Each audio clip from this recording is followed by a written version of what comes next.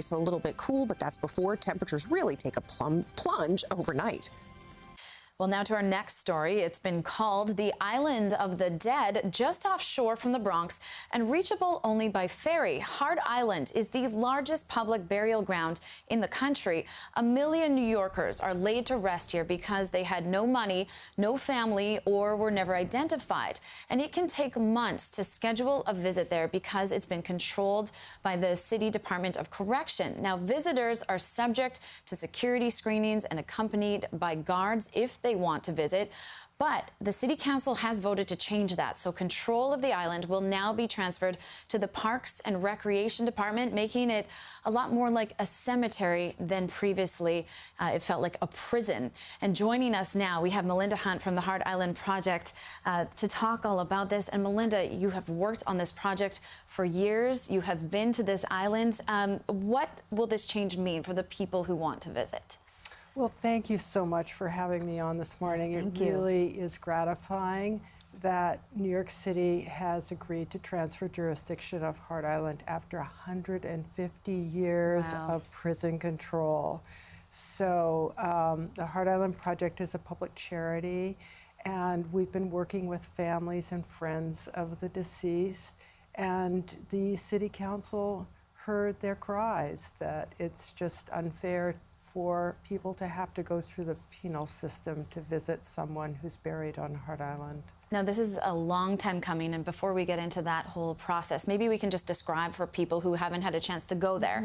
You've been many times. I got a chance to accompany you one time. How do you describe it? Well, it's a surprisingly beautiful and peaceful place. That's why it's so unfortunate that it's run by the penal system. But I think it's out in the Long Island Sound. There are sailboats, and it's just, it's just a quiet place that will be a really wonderful park and hopefully on the National Historic Registry of Historic Places. Right, very peaceful, very serene, but it was just too hard to get there, and now people will be able to. So why did you get involved, and why have you stuck with it all of these years? Well, I'm a visual artist, and I became interested in Hart Island because it was invisible.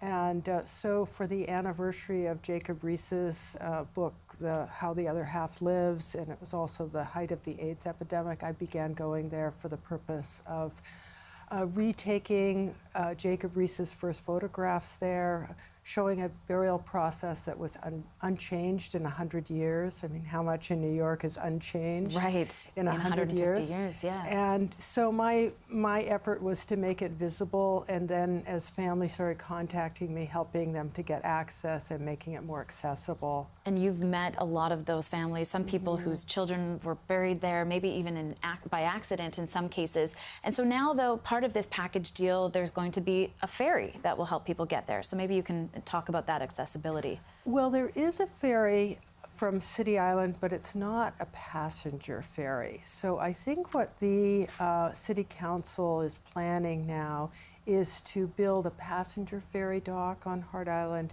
and have some of the city ferries provide access from different parts of the city, not just City Island. And it wasn't just accessibility that was an issue. There was also some erosion issues where bones were actually washing away. This is after Hurricane Sandy and maybe even before. Can you just update us on that status? Well, as you might imagine, the penal system is not that good at landscape management. And so with various storms coming through, there was erosion, and skeletal remains were literally washing into the Long Island Sound.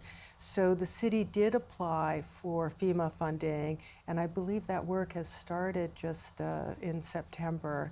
So we anticipate that the shoreline will be fully restored before Parks takes over. Okay, so they're working to rectify that now.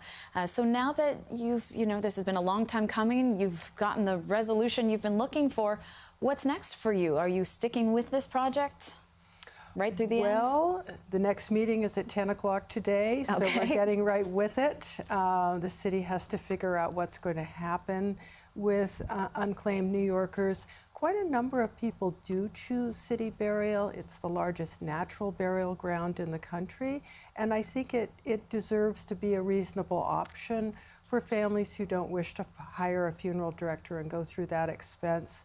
And Hart Island really is a beautiful place. So we're hoping that we will completely rebrand it as the leading natural burial ground in the United States. I'm sure a lot of people will be curious to see it, and it sounds like the work does not stop for you. So thank you so much, Melinda, for joining us and talking about this very interesting topic. And we have continuing coverage of this story on our website. You can head to cbsnewyork.com. Well, up next,